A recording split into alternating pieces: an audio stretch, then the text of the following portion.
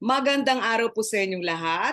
Nandito po kayo sa The Mga Has Interviews. Ang pag-uusapan natin, yung Noche Buena Price Guide ng Department of Trade and Industry. Maaga pa, 20 days to Christmas, pero handa na ang DTI sa kanilang advisory. Kasama po natin, bilang panauhin, si Assistant Secretary Amanda Nograles. Siya po ang pinuno ng DTI Consumer Protection Group. Magandang araw, ASEC! Magandang araw po, ma'am. Okay.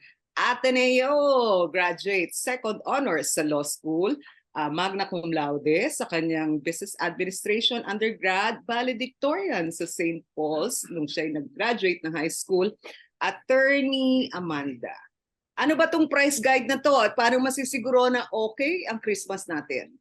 Opo, ma'am. Noong November 22 po, inilabas po ng DTI yung Noche Buena Price Guide. Nilista po natin dito lahat po ng mga usual na Noche Buena items na binibili ng pamilyang Pilipino. Ham, queso de bola, fruit cocktail, all-purpose cream, lahat po ng ginagamit natin. Kami po ay malugod na ibinabalita na yung mga presyo po dito sa price guide natin, meron po na naitalang mga presyong bumaba ang presyo mula sa presyo last year. Meron din po tayong naitala na hindi nagbago ang presyo. Sa katunayan, dun sa price guide, kung titingnan po natin, makulay yung nilabas natin this year. Yung merong parol, yun po yung mga items na hindi nagbago ang presyo mula last year. Meron din pong items na may Christmas tree, ito naman po yung bumaba na presyo mula last year. So, sa kabilang banda, meron naman din pong mga items na tumaas po ang presyo. Pero kami po sa DTI, ang gusto po namin i-report, yung pagtaas po ng presyo, hindi po ganon kataas. Kasi Okay. po, yung pagtaas po niya, nasa 1 to 5% lang po mula Okay. nung last year's prices. Kung ikukumpara po natin dun sa last year na Noche Buena Price Guide, karamihan po ng mga pagtaas ng presyo nasa more than 10% po. So, Okay. kung ganun po ang pagtingin natin, mukhang maganda naman po ang mabibili ng ating pamilyang Pilipino for Noche Buena. Okay. ASEC, ikwento nyo lang. Ito pong Noche Buena price guide nyo, ang covered ay 12 categories. Ano Category. po? So Opo. ano po yung makakain? Ibig sabihin, kung ito'y susundin, ano yung nakahain sa ating Christmas table? Ini-imagine ko, ma'am, anong itsura ng Christmas table. Okay. Ham, queso de Mhm. bola, yung Mhm. cheese na regular cheese, fruit cocktail, Mhm. salad macaroni, elbow macaroni, all-purpose cream, mayonnaise, tomato sauce, spaghetti noodles, yung mga ganun pong items, ma'am, All yun po right. yung nakalagay.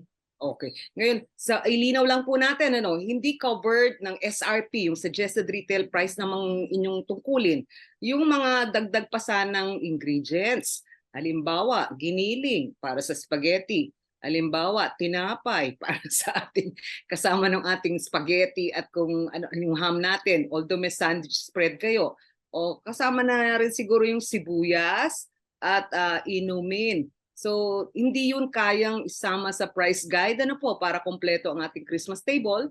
Opo, ma'am. Kasi po yung Noche Buena Price Guide, limitado lang po siya sa 12 categories. Nabanggit niyo po yung halimbawa, yung ibang products. Department of Agriculture po kasi ang Correct. naglalabas ng presyo. Yung ibang products naman po, halimbawa yung asin, condiments, or yung kailangan natin sa pagluto, part mo naman po siya nung tinatawag natin na SRP bulletin. Okay. For this year po, kami po sa DTI, inilabas po namin ito noong February 2023. Ang Mhm. laman po ng SRP Bulletin ay ilan po sa mga tinatawag nating basic necessities or prime commodities. So, Mhm. iba naman po ang laman nito kasi ang basic necessities or prime commodities, yung iniintindi natin na kailangan natin sa pang-araw-araw. Okay. Kasi, ako. Dinood lang din po natin, ASEC. Pagka ho agricultural products, the Department of Agriculture ang nagtatakda at nag-monitor. Pero pagka ho manufactured o processed, DTI po yun, ano ho? Para Yes, malinaw ma'am. lang. Mhm. Para malinaw lang po in general. Pero sa batas po, naka-enumerate po siya kung ano po ang talagang tinaguriang basic necessities and prime commodities. Tapos nakalagay din po sa isang administrative order kung alin po ang toka ng DTI, alin po ang toka ng DA, meron nga din po ang DOH. So Correct. iba-iba po talaga siya. Alright. Ngayon, pagka po kinompute natin yung inyo pong price guide, ang pinakamura, sabihin na natin all categories, pero yung pinakamaliliit na value, 250 grams, imbis na 400 grams, ano po yung spaghetti, parang lalabas po ng 695 pesos. Pag kinompute naman natin yung napakamahal o yung parang nasa higher end ng inyong price guide, parang lalabas 3,155 pesos. So yun ho ba na-consider? Kasi depende rin sa laki ng pamilya. Opo, totoo ma'am. Kaya nga po sa taong ito, gusto po natin i-emphasize na yung price guide ay gabay lamang kasi iba-iba naman po ang panlasa ng mga pamilyang Pilipino. Yung iba po ayaw nila mag-spaghetti, gusto nila kanin at ham. Yung iba Correct. naman po gusto nila spaghetti at fruit cocktail. So kumbaga, ang approach po natin this year, binibigyan po natin ng parang maging malaya ang mga consumer na mamili kung ano ang gusto nilang ihanda sa Noche Buena. Gusto ko rin po sana ma'am idagdag kasi nga syempre kung tutuusin ang Noche Buena, ang tunay na diwa ng Pasko kung ano naman ay mai-serve mo diyan at magkakasama kayo ng pamilya. So para po ang emphasis hindi po sa presyo yung total na gagastusin. Kumbaga yung magsama-sama yung pamilya tas ano yung maihahanda right before the clock strikes 12. Ngayon, kung Noche Buena yan, pwede rin naman parang ulitin for medianoche. Ano po? Opo. Typically, 2 okasyon ang atin pong sineselebrate itong panahong to. Opo ma'am, sa katunayan, nilagay po natin sa price guide na ang mga presyo na nakalagay dito effective until December 31, 2023.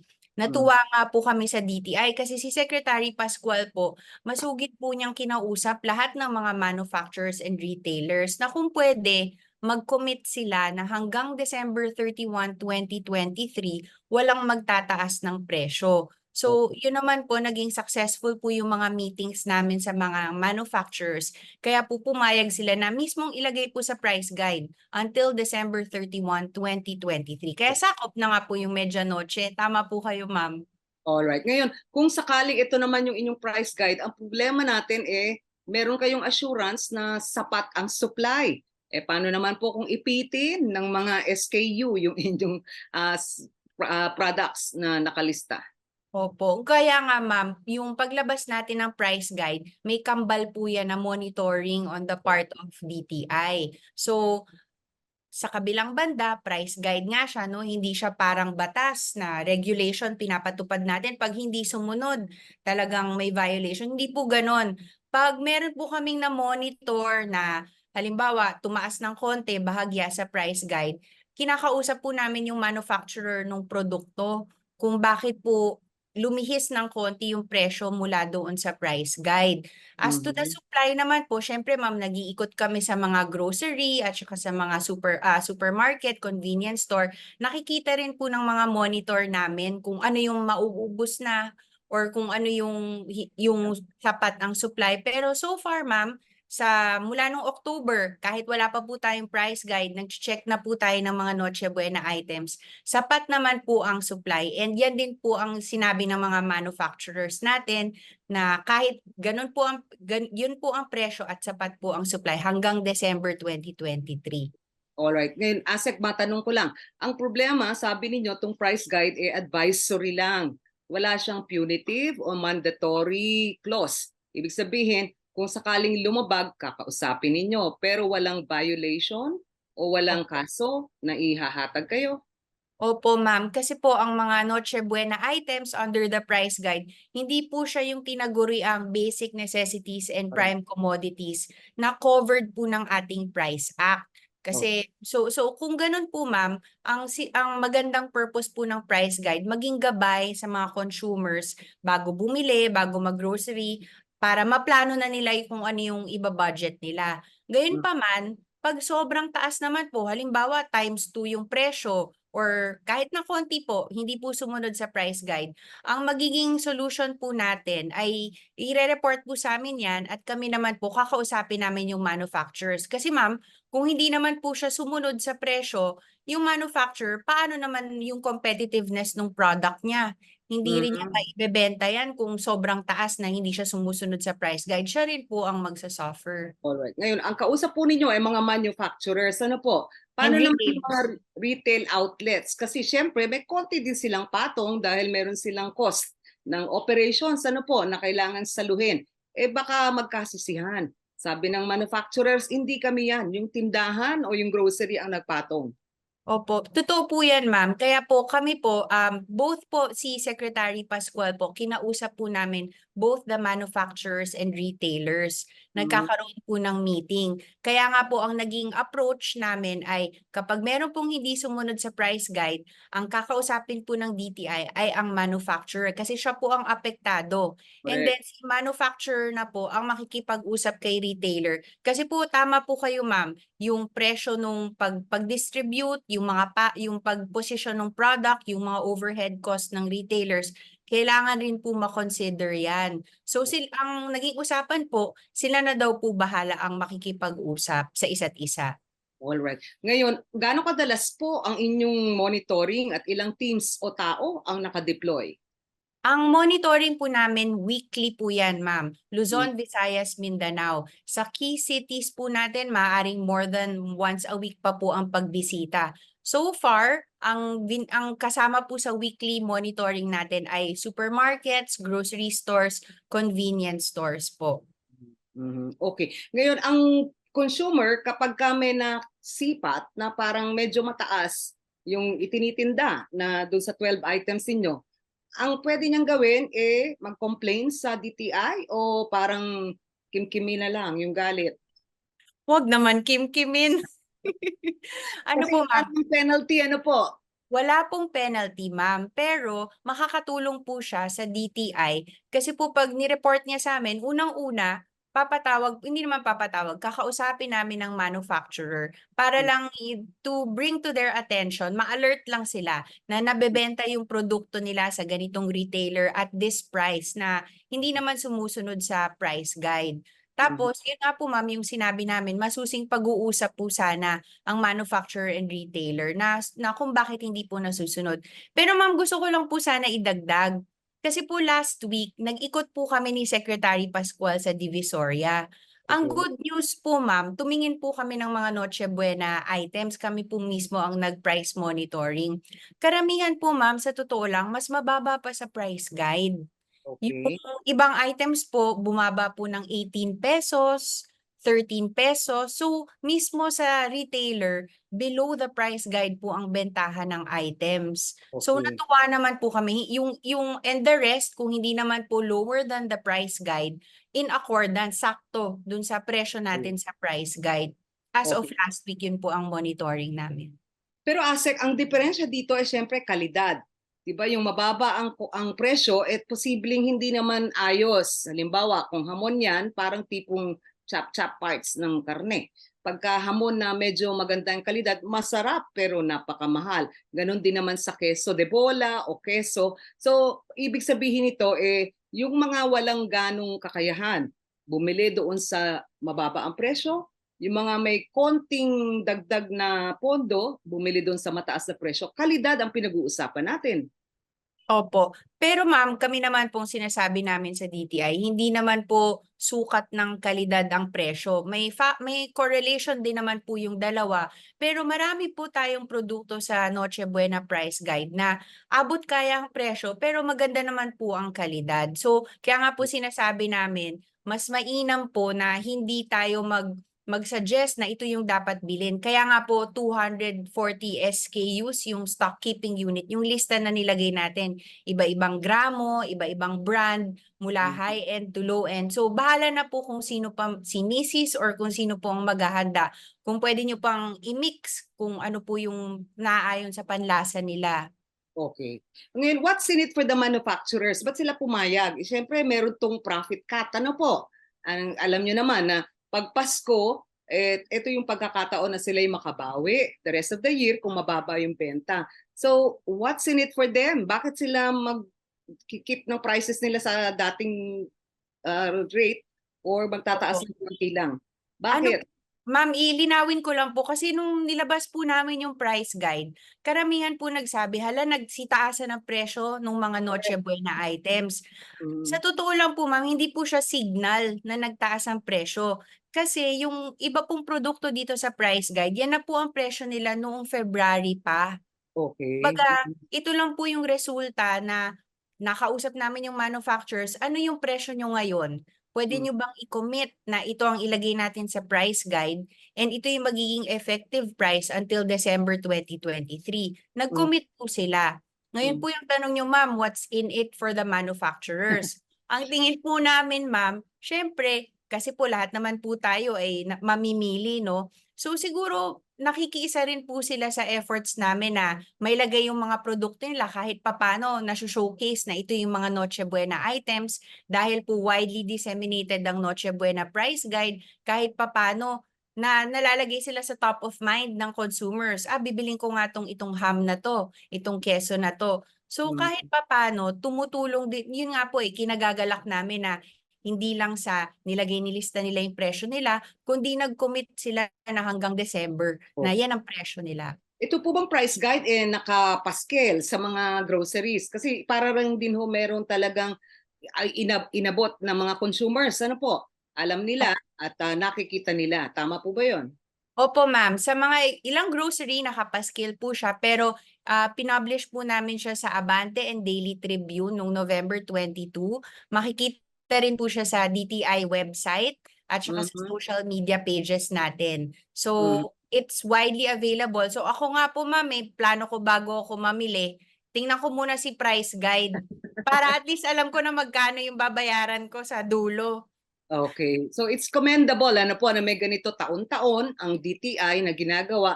Pero parang ang problem natin is kung walang pera yung ating mga consumer, paano naman ho bibili kahit na yung mababa na 700 almost at yung medyo mahal na 3,200 almost ano po na all 12 category products ang nakalagay. Paano Opo. kung walang pera? Problema nyo pa rin ba yon o hihingin Problema ka ko ng nga rin yun, ayuda? ma'am. Problema ko rin yun. Hindi po, ma'am. Pero actually, biro lang. Ang kami po sa DTI, yun po, aware naman po kami kasi napakataas po talaga ng presyo ng bilihin ngayon. Hindi lang naman itong laman ng price guide ang tumaas ang presyo, lahat Correct. talaga. Kaya po, yun nga po yung challenge namin this year, maging malikhain tayo. Kasi Mm. maaari naman, katulad nga ng sabi natin earlier, hindi naman po kailangan 'pag sinabing Noche Buena kailangan hamon, kailangan spaghetti. Puwede tayong mag-mix and match dito Mm. sa price guide natin. Kasi yun Mm. nga po basta magkakasama ang pamilya, nagte-Thanksgiving tayo before Christmas. So, kung ano po ang magandang ihain ng kung sino po man ang maghahanda. Okay. At alam nyo rin naman na kung sakaling talagang gagasta ka rin para sa Pasko, medyo American breakfast menu, ano po, yung inyong price guide. American Christmas menu, ano po. Opo. Yung iba ay gusto lechon. Yung iba ay gusto, syempre, inihaw na tuna or isda. Inihaw na pusit. Yun ho ay medyo mahal. Kumbaga, wala na sa kakayahan ng pamilyang Pilipino yung talagang mag-celebrate to the max. Kasi yung price guide nyo yung tipid-tipid na price guide. Yun nga po, ma'am. Pero siyempre, ma'am, yun po napapanahon din naman kasi sa presyo, sa pagtaasan ng presyo. So, babalik po tayo doon. So, kung ano po ang budget ni Mrs., kung ano po ang budget ng Pilipino, malaya po silang mamili kung ano yung gusto nilang bilhin. Kasi nga, ma'am, kung lalabas po kayo, meron din pong mga nakabundle na Uh, spaghetti. Maaari pong, minsan ako, pwedeng iulam yung spaghetti. napaka-stoic, napaka ano niya naman, simple niya naman, ano, inuulam niyo yung spaghetti kasama ng kanin. Para Ganun. mapahaba. Pero kayo, ma'am, kasi depende po sa panlasa nga. All right. Oho. Ngayon, syempre, kung kakayanan din man lang mag-celebrate ng Pasko, kung meron kang Noche Buena table menu, ang problema na lang natin yung wage increase, ayaw naman ibigay ano po sa mga tao natin. Kayo ba may ganun ding kakayahan na kumbaga sumali sa diskurso at i-encourage na nagtataasan na talaga ang presyo ng bilihin and maybe ang mga manggagawa natin deserves better? Actually, ma'am, sa DTI po, ang role po meron po tayong yung National Price Coordinating Council. Doon Hmm. po nagtitipon-tipon ng maraming ahensya ng gobyerno para nag-uusap-usap po tayo tungkol sa price stabilization, sa mga presyo-presyo ng mga bilihin. So dito po kasama po ang DTI, DA, DILG. So everybody does their part para Hmm. at least merong whole of government approach yung sinasabi nila with respect to the prices. Pero po tama po kayo yung with respect to the wage hike, nasa pamunuan na po ng Okay. DOLE po yan. So pero aware naman din po kami with respect to the disposable income na paliit ng paliit po in relation to the rising prices, no? So Hmm. kaya nga po itong price guide, ginawa po namin para kahit papaano makapag-prepare. Gusto rin po namin i-report na sa DTI, tumutulong din po kami paano kaya mapababa ang presyo ng mga bilihin. So Mhm. halimbawa po ma'am yung EO31, yung nailabas po na order regarding the suspension of the collection ng pass-through fee ng mga nagta-transport ng mga consumer goods. Malaking tulong po 'yan according to our manufacturers kasi kahit papaano kung wala ng pass-through fee, bumababa ang production cost nila, yung sa distribution cost, and in the end, hindi na po naipapasa sa consumer. So, Hmm. malugod pong sinuportahan po ni Secretary Pascual yung mga ganong measures po. Okay. Pero you know your numbers, ASEC. Ano ho? Pagka yung pass-through fees, sinuspend nga, ibig sabihin revenue loss para sa gobyerno po yun, ano? Parang medyo okay sa consumers dahil baka mas ang manufacturers mapapababa yung presyo ng kanilang produkto. But does it all come together? Kasi parang yung ibinibigay nung kaliwang kamay, revenue loss, ibibigay sa kabilang kamay, sa kanang kamay para consumer protection. It sounds very good optics-wise, pero talagang parang is it good economics? Yung kino-collect po na pass-through fee sa LGU po yan. Correct. So, Mhm. we understand ma'am that they probably run their numbers since they agreed to it. Ito po yung kakayanin ng coffers ng LGU government as a form of assistance to the manufacturers. Pero tama po kayo ma'am, it's something na napapasa rin sa LGU, pero yung effect po niya kasi sa consumers, kumbaga magnified. Kasi Correct. yung nakokontrol natin kahit papaano yung price increase, tulong-tulong po talaga lahat, ma'am. Mm. Government, manufacturers, and consumers. Kasi ma'am, at the end of the day, kapag ang kurot po sobra-sobra naman sa side ng manufacturers, paano na pa naman po yung mga trabaho na Mm. nabibigay natin na at the end of the day, lahat po tayo namamasukan. So Oh. parang paikot-ikot lang din po lahat. Okay. At ngayon, magpapasko, isa sa parang napapansin ng mga tao is sa mga ilang government agencies natin, bonggang-bongga ang mga Christmas parties. Ang daming Christmas bonus, ang daming pera payments. Ano po, yung parang at tapos may mga regalo pa na kung ano-ano, mga kalendaryo, mga gift packs, gano'n.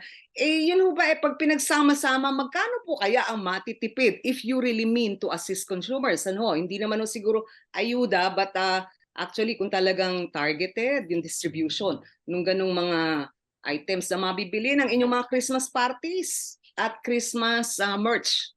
Naku ma'am, kami po sa DTI wala po kaming DTI-wide party. Alright. Hindi po kinlear sa amin yan kasi nga po napakataas po ng bilihin. So yung mga merch po, yung pamigay po, naaayon naman po sa budget yung sa amin din po. Yung usual naman po na nabebenta sa grocery na mga bundle pack, yun din po yung naibibigay sa amin across all the agencies. So kami po sa DTI nakikiisa po kami, hindi wala pong magarbong celebration kasi nga po lahat po talaga nagtitipid at this time. Okay.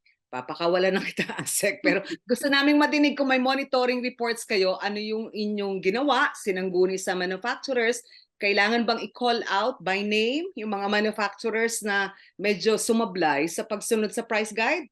Sa pagsablay sa price guide ma'am, so far all stars kami.